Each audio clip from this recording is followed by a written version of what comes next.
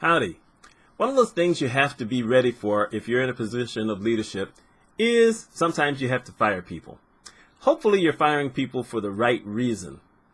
And unfortunately, I can't say that, at least initially, I let people go for what I thought later on, even sometimes at the time, was the right reason. The first time I had to let someone go, really, I had just gotten the position, and the second day there, the vice president of the organization comes to me and he says, we have to fire someone. I said, who?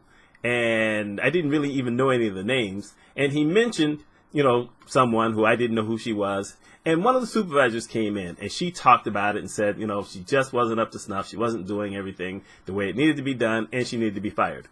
Now, like I said, this is my first week, second day. I know nothing about her, but it's my first opportunity in a position like this with have this much authority.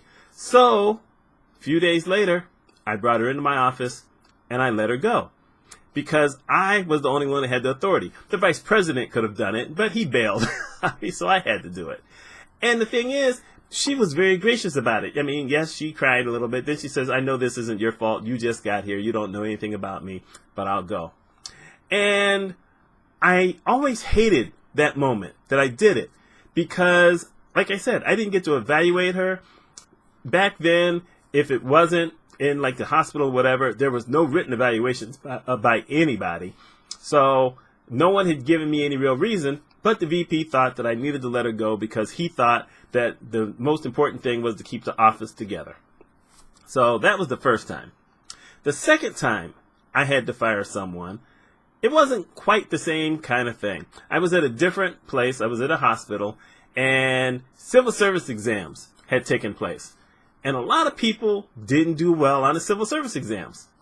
Civil service exams for medical positions are stupid. They just don't work. The questions don't necessarily match up with the work that people do. And this was a city hospital, so a lot of people, even people in upper management, didn't pass their exams.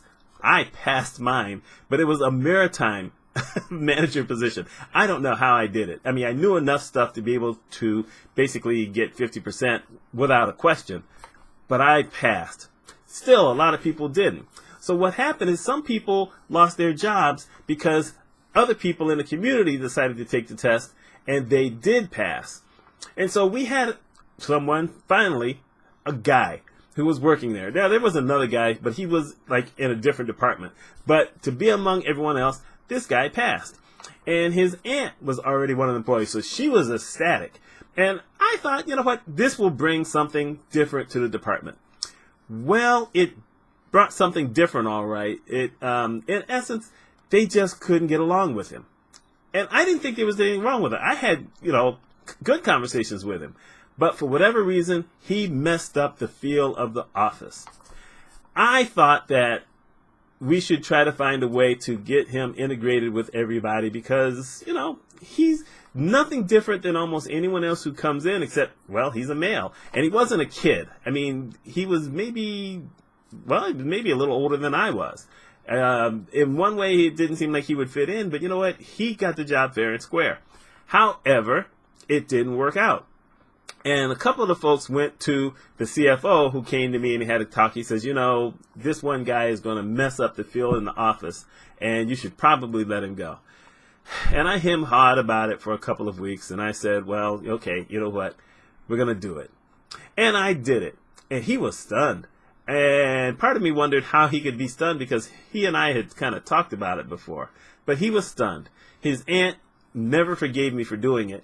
And I wasn't necessarily sure that I forgave myself for doing it because I didn't think it was the right reason for doing it. The next time, I was supposed to fire someone, and I didn't do it. First day at another position, and the chief financial officer of the hospital comes to me and says, I want you to fire blankety blank. First day. I said, no, I'm not doing it. And she said, well, you have to fire her. Why? I don't like her. Okay, just because you don't like her isn't good enough. Let me find out what's going on. Let me meet with her. Let me find out. I said I did that once before, and I didn't like it, and I don't like it now. So let me do what I need to do. So I met with the young lady, And her gripe was legitimate. She was a good worker. I mean, no one ever complained about her work, but they said she complained about a lot of other stuff. And as I talked with her, I found out she was absolutely right about what she was complaining about. So I brought this up with Human Resources, and we totally revamped the payment scale and the payment system for all the employees. And she was one of the best employees after that because she was right.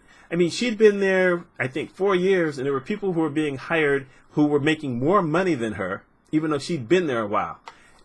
You just don't do that to people. So that's a time where I didn't fire someone that I was supposed to. The next time, however, I fired someone who I should have actually fired months earlier. This is someone who had been out of work for a while. She had had a boyfriend who committed suicide while she was in the house. And so she basically went into one of those long-term depressions. She was coming out of it, wanted to get back into the workforce. I actually interviewed her with another director, and it seemed like she would be good. So I brought her in, and I just gave her too many chances, and it didn't work out. And then one day she didn't come in, and I said, why not? She says, well, I didn't pay my electricity, and I think they're going to come and try to turn off my power. And this was after the previous week she had paid $450 to have her hair done. I kid you not. You know what? To me, that said, okay, that's irresponsible. You didn't pay your power bill, but you paid $450 for a hairstyle? No, you've got to go. And I should have done it a lot earlier. And that's one of those kind of things you have to learn, because the rest of my career, I basically only fired 2 other people. And it was totally on merit of job. And they were totally evaluated easily. I had no qualm whatsoever. I did it for the right reason. I didn't withhold anything. You know, one of those kind of things you have to learn when you're going to be in a leadership position. It has to be about the job.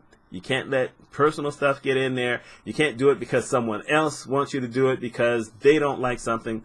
You have to do it really for the job. If no one violates the principles of doing the job that they're supposed to, and they're doing pretty good work, then you have no real reason. Well, unless, like I said, they go off crazy and maybe, shoot up a place. But I hated to say that, but I just said it.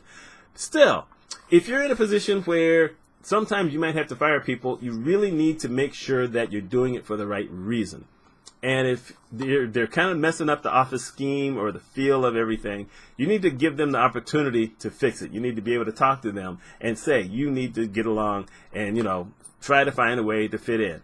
Now, if they happen to be really quiet and people are bothered by that, that's their problem. If it's someone who's really talkative, but they get their work done, you can do stuff about that. I have found that has happened every once in a while. But if they're a good worker, you know what? I will find a way. Because to me, that's not a good reason to get rid of someone who's actually a very good worker. But that's my style. Anyway, have you ever been in a position where you've had to fire someone? And I don't mean, now I have to fire someone. I mean, in a leadership position where one of the duties that you have of the job is firing someone. And how well have you handled that? Or have you not handled it because you didn't want to deal with it? Let me know. My name is Mitch Mitchell. If you like stuff like this, please subscribe, please like, and click on the bell to get notified for later videos. Y'all have a good week.